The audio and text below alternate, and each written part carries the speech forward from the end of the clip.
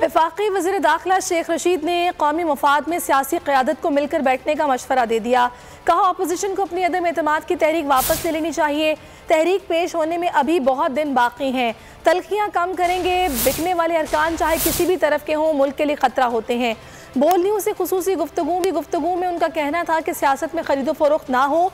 PTI को जहांगीर तरीन और अलीम खान से बात करनी चाहिए। उन्होंने दावा किया कि MKM इमरान खान के साथ खड़ी होगी।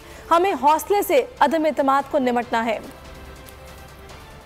तलखियाँ कम करेंगे जी की मौसीकी करेंगे, पक्का राग ना गाएं एक दूसरे के खिलाफ, क्योंकि अभी तो 7 दिन के बाद इजलास बुलाए जाने के 7 दिन के बाद वोटिंग होनी है। पाकिस्तान में कोई चीज़ ऐसी नहीं, बल्कि उनको वापस ले लेनी चाहिए। साफ लगा लें अपना और वापस ले लें। क्या है, मिल बैठे और 1 साल इलेक्शन का रह गया, ये ना 10 साल सिलेक्शन के पीछे लगे रहें। बिकने वाले किसी तरफ भी हों, उनकी मजम्मत होनी, ये जमहूरियत के लिए खतरा हो। मैं तो सिर्फ MKM को जानता हूँ जी बचपन से, वो इमरान खान के साथ खड़ी हो। मेरा दिल कह रहा है वो नहीं कहीं जाते।